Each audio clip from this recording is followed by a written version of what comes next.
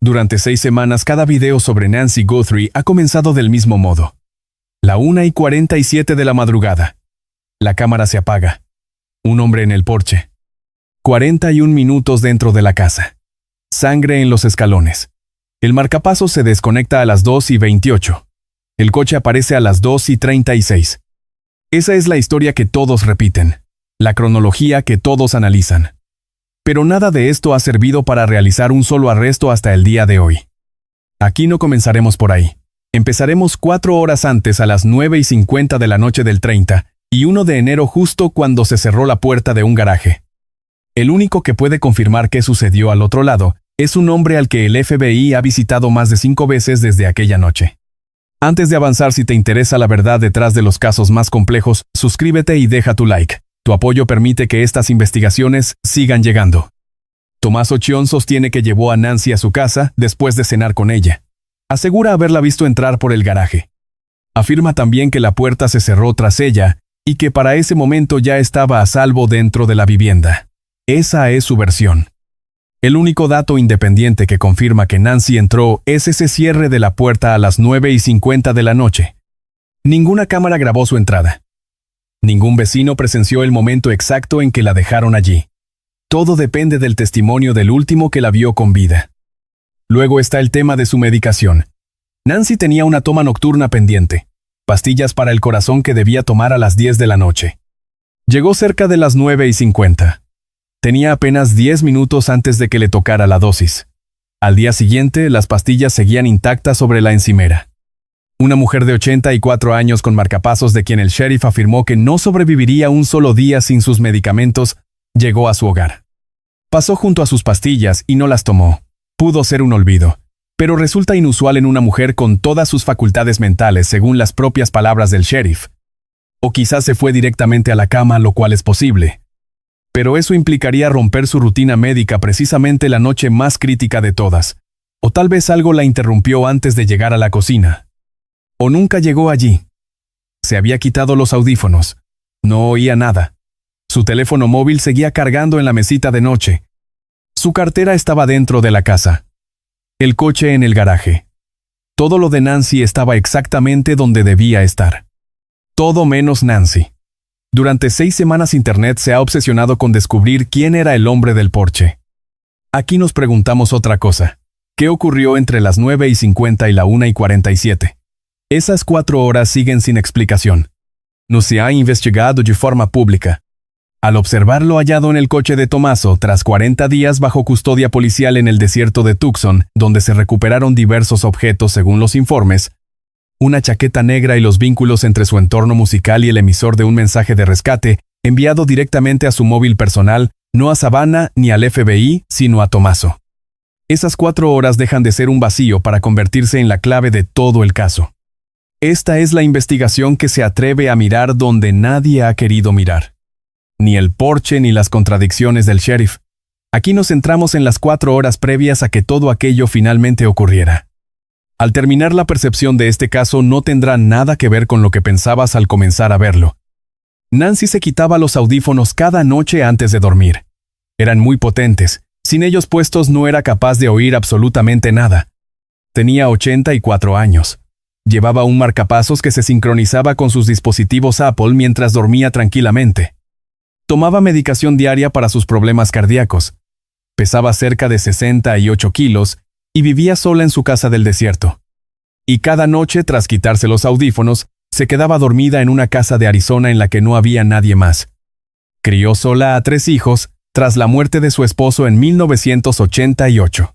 Tuvo que ser madre y padre de la noche a la mañana. La exagente del FBI, Maureen O'Connell, quien también perdió a su padre siendo muy joven, definió a mujeres como Nancy como personas ferozmente independientes. El tipo de mujer que se niega a ir a una residencia. De aquellas que quieren permanecer en su propia casa pase lo que pase. Nancy era exactamente así. No conducía de noche.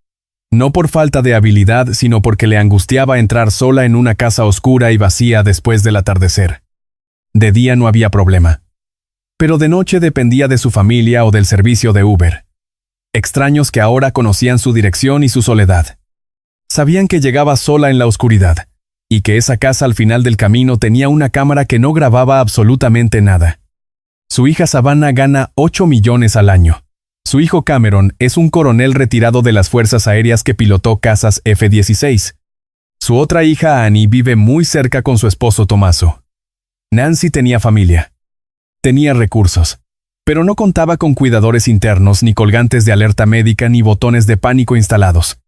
Solo tenía una cámara Nest sin suscripción activa. Detectaba el movimiento, pero no guardaba las imágenes en ningún servidor externo de seguridad. En la práctica era apenas un adorno. Y quienes frecuentaban la casa lo sabían perfectamente. La tarde del 31 de enero, Nancy fue en Uber a casa de Annie y Tommaso. Llegó a las 5:32. Cena, juegos y una margarita.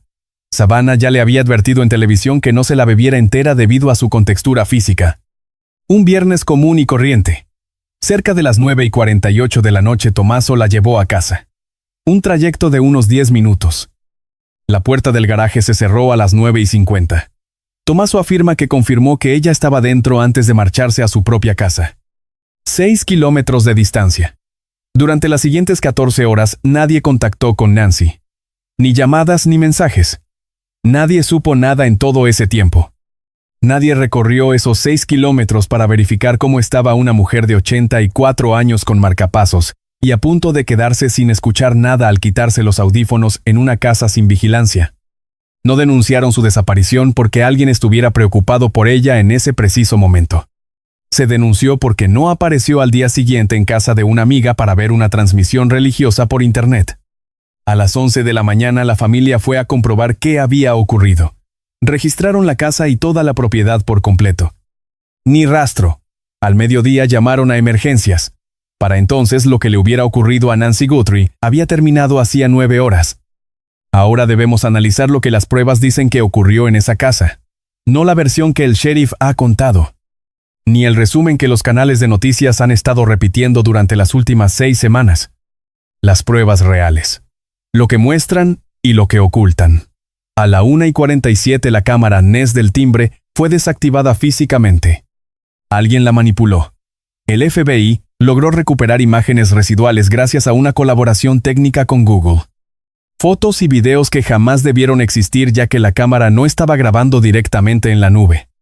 Lo recuperado muestra a una figura en el porche moviéndose como si viviera allí, sin buscar nada, con total seguridad. Sin dudar, camina directamente hacia la cámara con una memoria muscular que solo se logra mediante la repetición constante.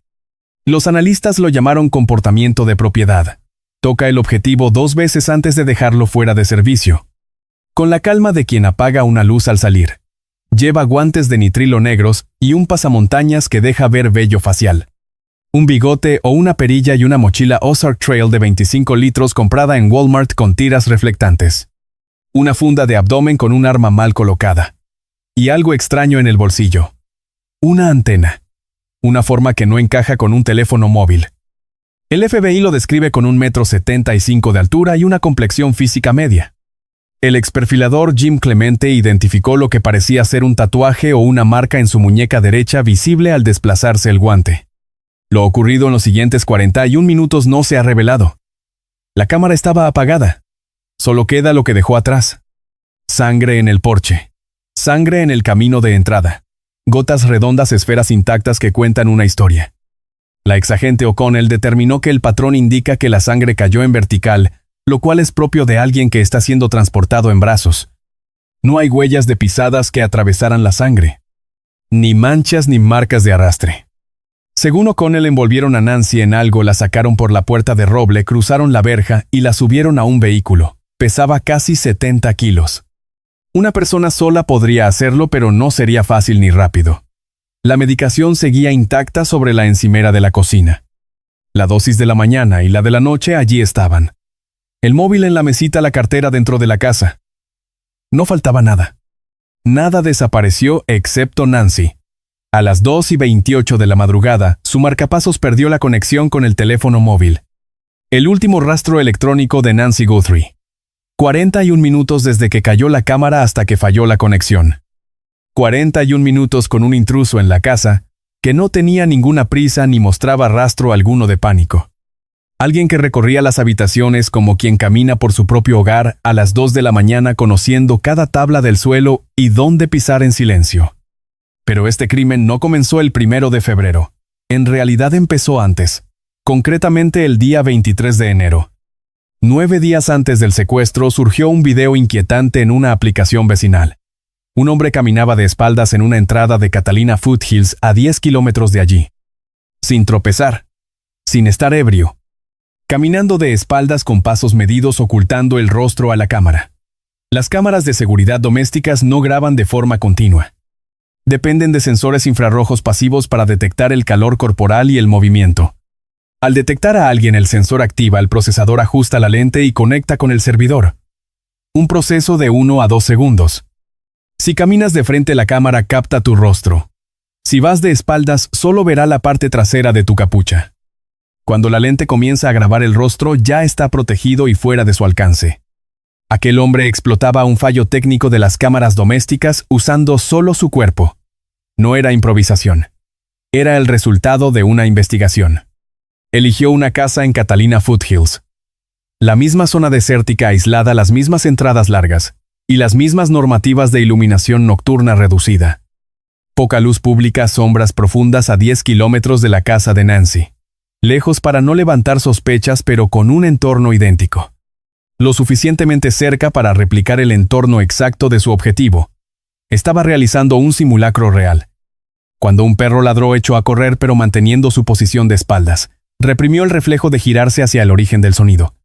Prefería caerse antes que regalarle a la cámara un solo fotograma de su rostro. Es una disciplina fruto del ensayo, de alguien que visualizó este momento tantas veces que la ejecución terminó anulando por completo su instinto.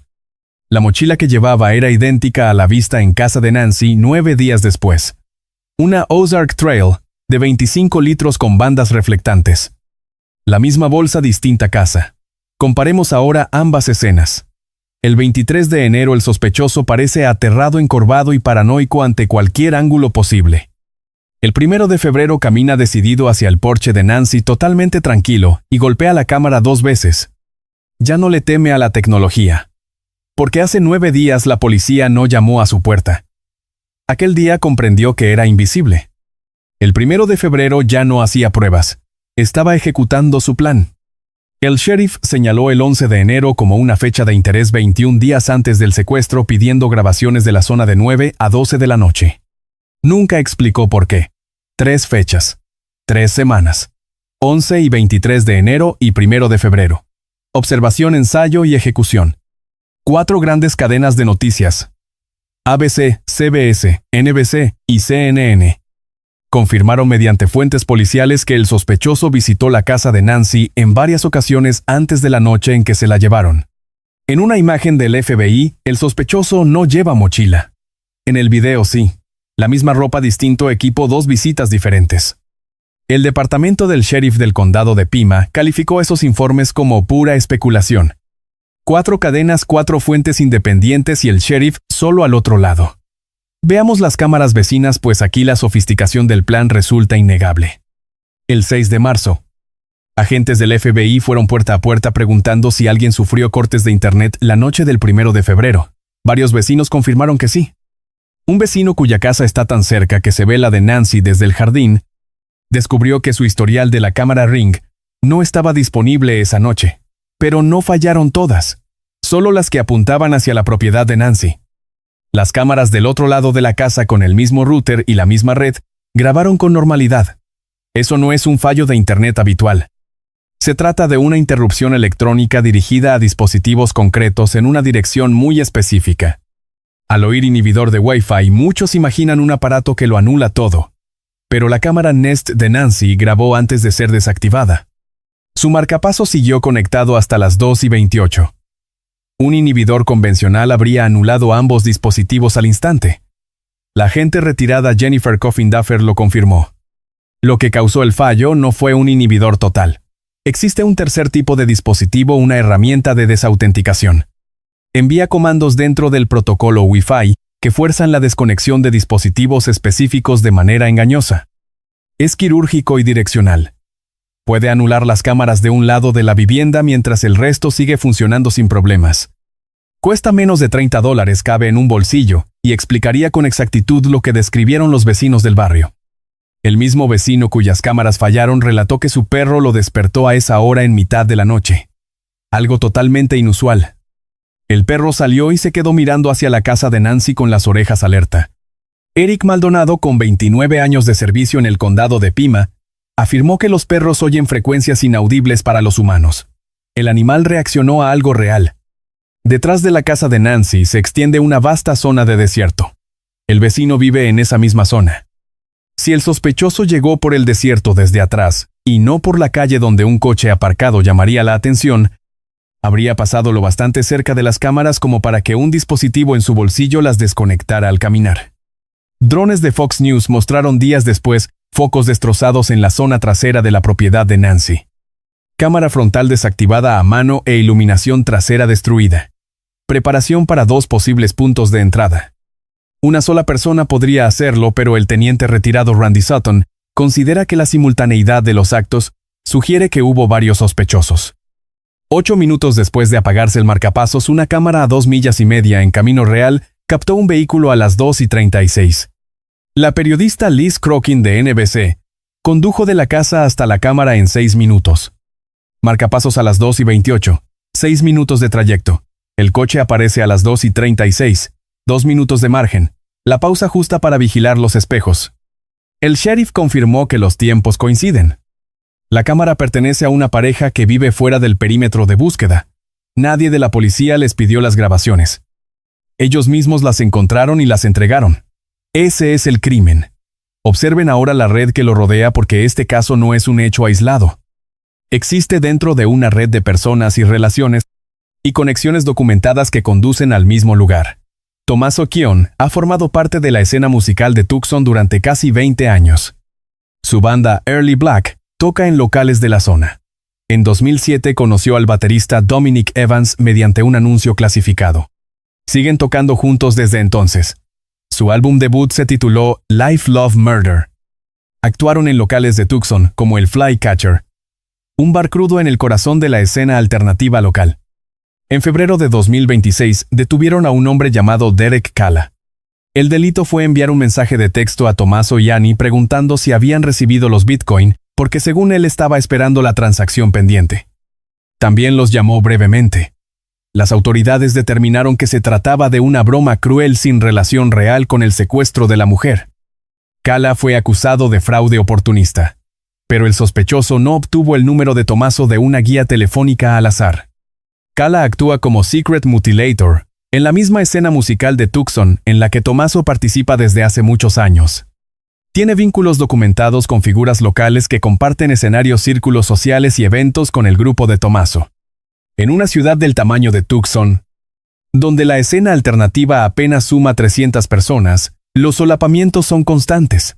Quien envió el texto del rescate no era un desconocido en la otra punta del país. Se movía en los mismos ambientes.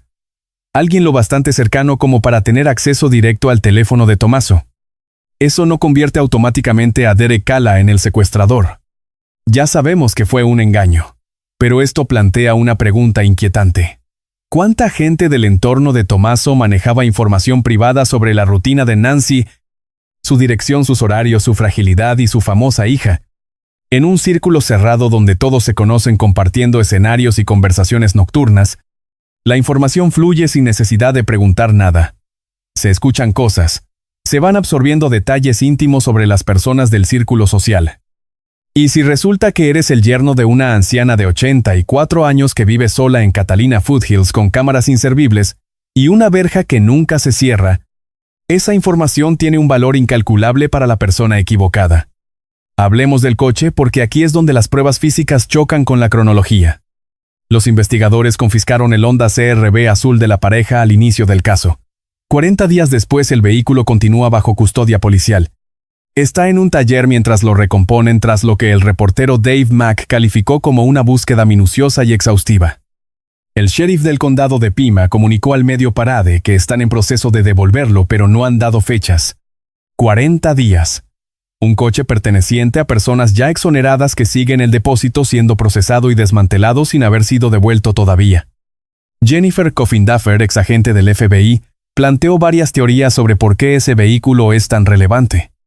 Se preguntó si siguieron a Nancy desde la casa de Annie y Tommaso aquella noche, o si pusieron algún dispositivo de rastreo en el coche. Planteó también la posibilidad de que alguien manipulara el automóvil dejando algún rastro de ADN o huellas dactilares sospechosas. El coche es el último espacio cerrado donde Nancy estuvo antes de entrar en su domicilio.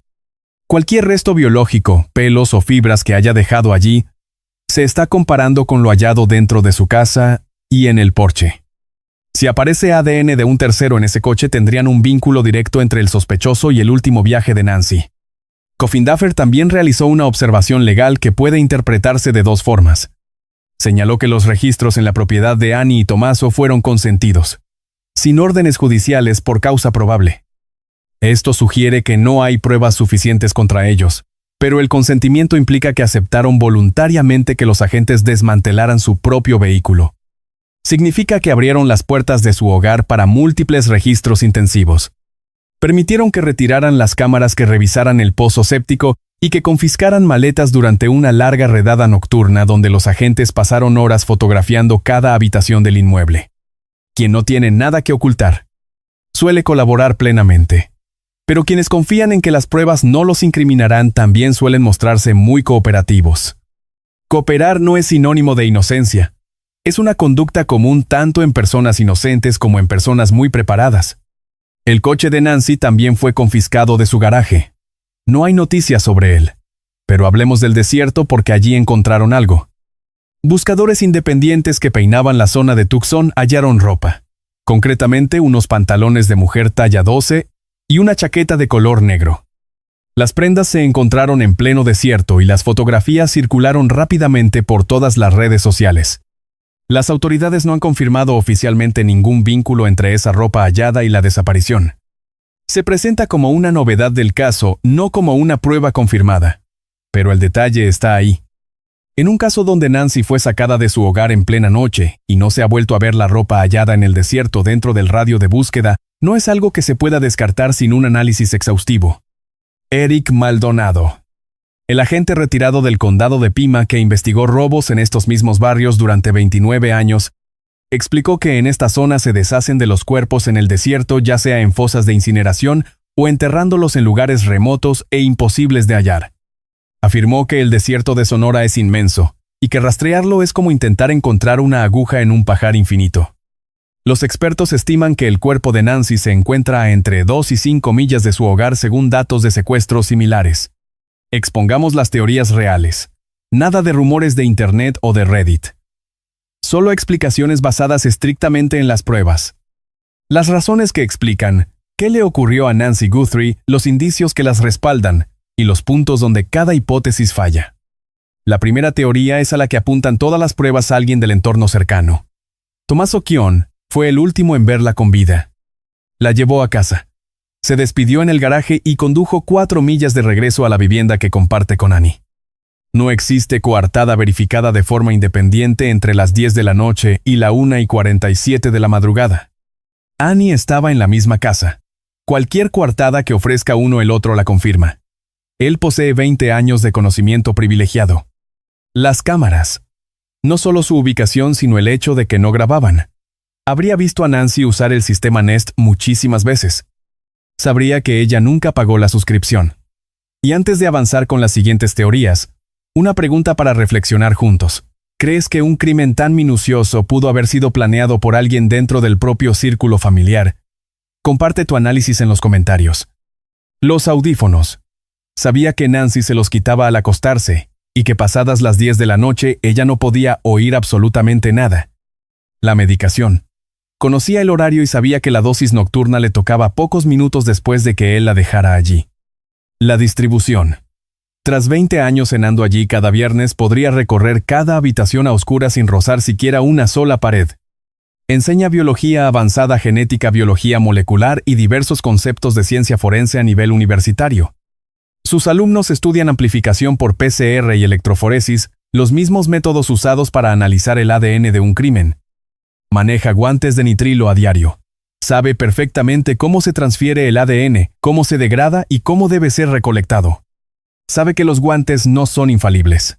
Surgen microdesgarros al hacer esfuerzo físico, y el sudor se acumula en pocos minutos. Un profesor de biología sabría que debe deshacerse de los guantes de inmediato lejos del lugar de los hechos, a varias millas de distancia. Observen el equipo del sospechoso. En Internet llevan 6 semanas debatiendo si esa mochila barata y la funda incorrecta indican un novato.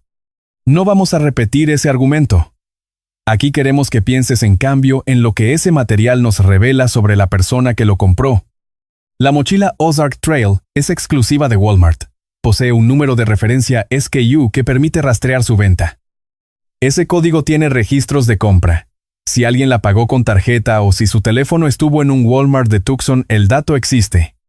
El equipo no es simplemente un disfraz para el crimen. Funciona como un recibo de compra que deja un rastro claro. Y el FBI ha tenido 6 semanas para obtenerlo. En una investigación criminal, el momento elegido para actuar es fundamental. Se llevaron a Nancy el fin de semana en que Savannah cubría los Juegos Olímpicos de invierno. Son planes fijados con mucha antelación. Si se busca atacar a Nancy cuando su pariente más influyente está al otro lado del mundo, e inalcanzable, se elegiría precisamente ese fin de semana. Un completo extraño no conoce los horarios y la agenda olímpica de Savannah con tanta precisión y antelación. Alguien sentado a la mesa en la cena familiar, en cambio, sí tendría acceso a esa información tan privada. En mayo de 2025, 8 meses antes del secuestro, Tommaso firmó un poder notarial cediendo a Annie el control financiero. La periodista Ashley Banfield informó que una fuente policial con conocimiento directo del caso señaló a Tommaso como sospechoso principal. El sheriff lo negó públicamente. Pero el FBI volvió a la casa de Tommaso y Annie más de 5 veces. Se llevaron bolsas y revisaron el pozo séptico. Desmontaron el coche. Durante semanas Tommaso no dijo nada. Mientras los demás familiares hablaban, él se mantuvo invisible en silencio absoluto. El 2 de marzo acudió al memorial. De inmediato en Internet compararon su forma de caminar con la del hombre grabado en el porche. Su estatura junto a Savannah, que mide 1,78. En las imágenes no parecía superarla. Su altura exacta nunca fue confirmada. El detalle que debía exculparlo podría no hacerlo.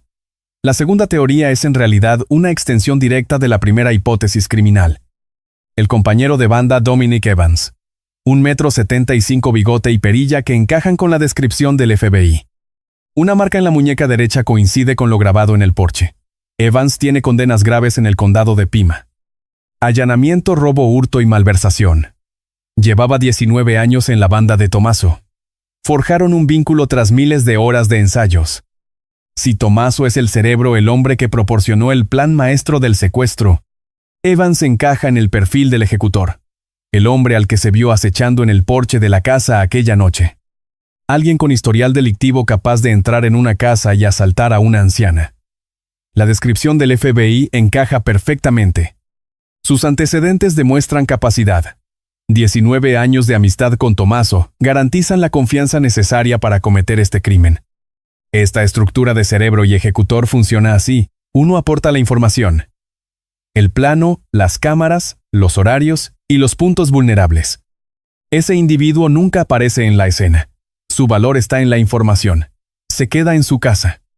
Se fabrica una coartada simplemente no estando en ningún lugar que resulte sospechoso. La segunda persona aporta la capacidad. La voluntad de entrar por una puerta a la 1:47 de la madrugada y la experiencia necesaria bajo presión. Ejecuta órdenes recibidas con días o semanas de antelación. Cruza el umbral con una información que jamás habría reunido solo. ¿Qué cámaras están grabando en ese momento? ¿Cuáles no funcionan? ¿Qué puerta quedó abierta? ¿Qué hay en cada habitación? ¿Qué fármacos hay en la encimera? 2 personas se dividen el trabajo. Una se encarga de Nancy, otra controla el entorno, una la guía por el pasillo. Una vigila la calle, otra la lleva hasta el vehículo, una se encarga de conducir. La carga que hace peligrosos 41 minutos para uno solo se vuelve metódica para 2. Evans declaró al New York Times haberla visto una sola vez en 2011. Aseguró que los investigadores hablaron con él durante 40 minutos y no volvieron a contactarlo. El sheriff no descartó a Evans. Exculpó a la familia. Pero Evans no forma parte de ella. Es un compañero de banda al que el sheriff nunca mencionó públicamente. O'Connell observó que el sospechoso del porche parecía totalmente relajado, sin microexpresiones ni señales de estrés. Comentó que parecía haber consumido algo para calmar los nervios. Si a aquel hombre le pagaban por ejecutar el plan de otro, esa calma tiene sentido. La ansiedad de la planificación no era suya. El plan pertenecía a alguien que estaba a 6 kilómetros de allí. La tercera teoría se centra en la persona que media entre el cerebro y el objetivo. Annie Guthrie es la hija mayor de Nancy. Estuvo en la cena del 31 de enero. Existen informes contradictorios sobre si fue ella o Tommaso quien llevó a Nancy a casa. Algunas fuentes señalan a Tommaso, otras a Annie. El sheriff confirmó a Tommaso, pero otros relatos difieren. Annie vive en la misma casa que Tommaso y ella es su coartada. La policía ha retenido el coche durante 40 días para analizarlo tras una búsqueda exhaustiva. Registraron su casa en varias ocasiones, incluyendo una redada nocturna donde los agentes fotografiaron habitaciones y se llevaron maletas. Confiscaron cámaras de su propiedad. Incluso examinaron el pozo séptico. Annie es el puente entre Tommaso y Nancy. Todo el conocimiento íntimo que Tommaso tiene sobre la vida de Nancy. Las cámaras, la medicación, los audífonos, la entrada y la rutina. El hecho de que nadie preguntaría por ella hasta el mediodía siguiente provenía de la relación de Annie con su madre. Annie conocía la casa. Annie conocía el horario. Y Annie sabía que la noche del 31 de enero su madre entraría en una casa en silencio, se quitaría los audífonos y nadie la buscaría durante 14 horas. Firmó el poder notarial junto a Tommaso en mayo de 2025. En sus memorias de 2024, Savannah describió un juego infantil que compartía con Annie y su primo simulacros de secuestro. Despertaban de madrugada, viajaban de Tucson a Phoenix y llamaban a Nancy desde una cabina pública.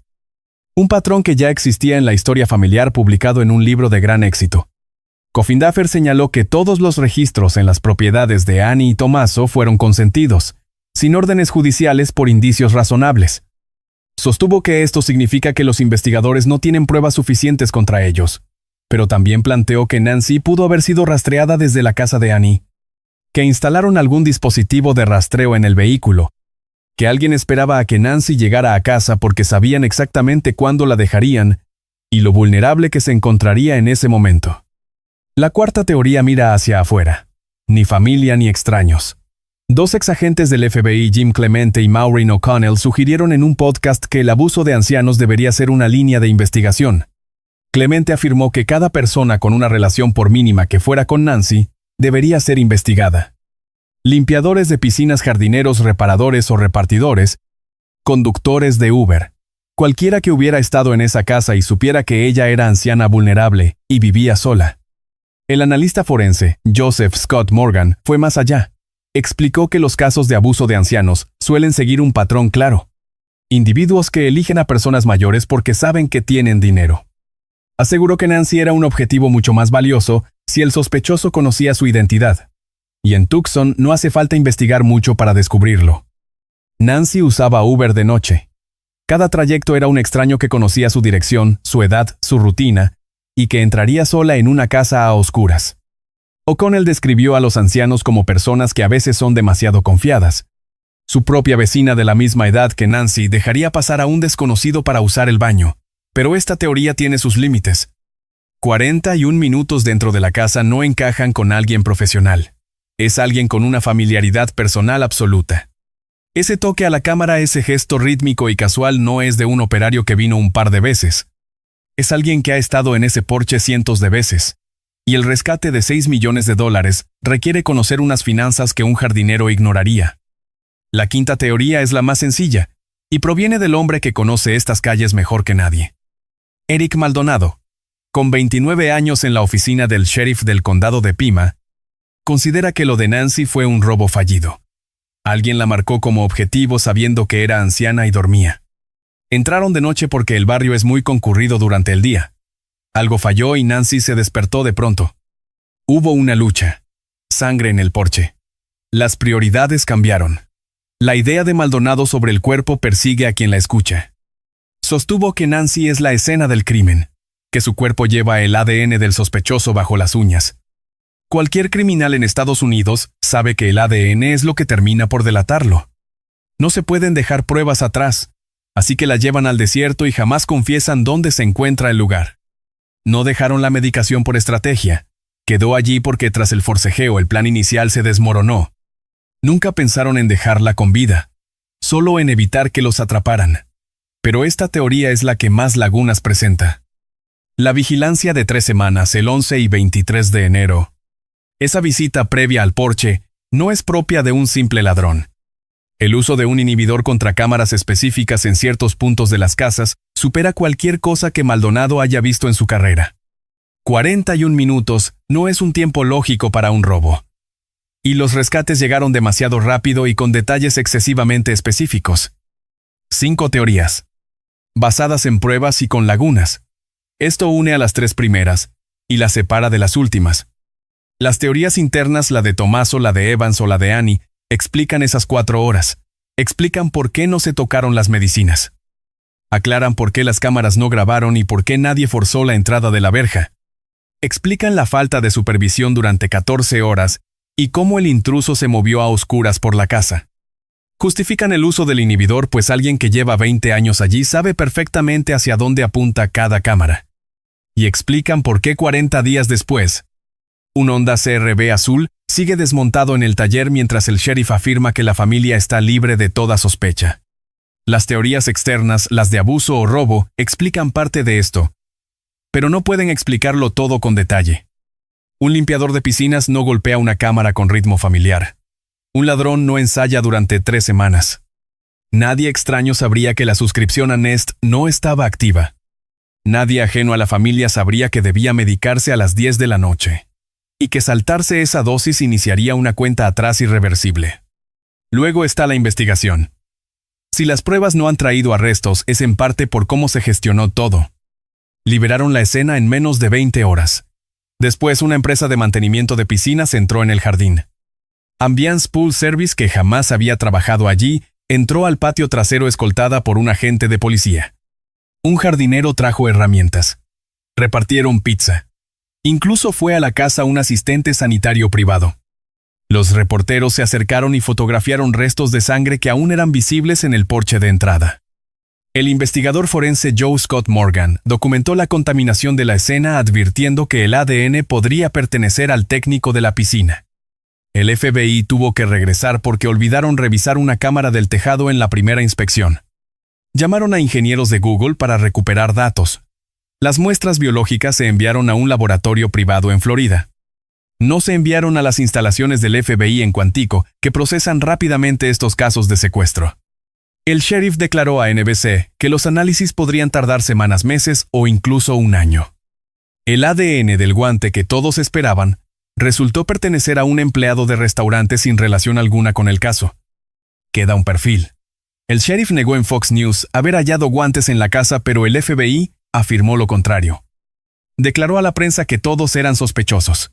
Luego los exculpó afirmando que dudar de ellos era cruel.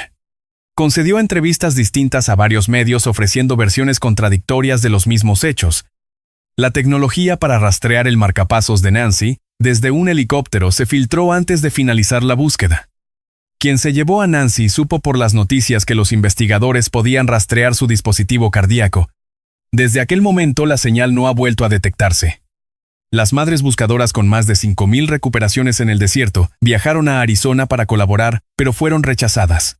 Todo guarda relación con un viejo rencor. En 2015 el FBI investigó al departamento por mal uso de fondos incautados. Un alto cargo fue procesado y se quitó la vida. Nanos calificó aquella investigación como basura. El exjefe adjunto Castagar declaró al Daily Mail que Nanos siente un profundo desprecio por el FBI. El 98% de sus agentes votó desconfianza en su liderazgo antes de la desaparición de Nancy. La investigación avanza a pesar del mando, no gracias a él. Los agentes del FBI y los detectives que trabajan duro merecen ser excluidos de este debate. Están construyendo el caso bajo circunstancias que su propia jefatura ha vuelto extremadamente difíciles. El cerco se cierra. Un grupo especial de 4 detectives y un sargento trabaja a tiempo completo en la oficina del FBI en Tucson. El despliegue de 400 personas terminó. Lo que queda es algo enfocado, silencioso y específico. Clemente comentó en un podcast que probablemente ya interrogaron al culpable al inicio de la investigación. No tenían pruebas suficientes. Afirmó que el buen trabajo policial consiste en revisarlo todo hasta dar con las respuestas correctas. Las pistas escasean. El FBI lo confirmó públicamente, pero el flujo de pruebas nuevas no se ha detenido. El ADN hallado dentro de la casa todavía se está procesando. La genealogía genética tecnología que identificó al asesino del Golden State tras 40 años y vinculó a Bryan Kohberger con Idaho en cuestión de semana no exige que el sospechoso figure en la base de datos CODIS. Solo requiere un pariente lejano en un registro público, un rastro genético y una rama familiar que lleve a un nombre. 2 perfiles de ADN significan 2 oportunidades. Aunque el guante perteneciera a un empleado de un restaurante, la muestra mixta del interior de la vivienda perdura, y la probabilidad de que el autor no tenga parientes en bases de genealogía disminuye con cada nueva muestra que se sube en el mundo. Los registros del router de Nancy podrían contener solicitudes de sondeo, huellas digitales de un móvil cercano a su red la noche del 1 de febrero. Los teléfonos inteligentes emiten estos datos constantemente.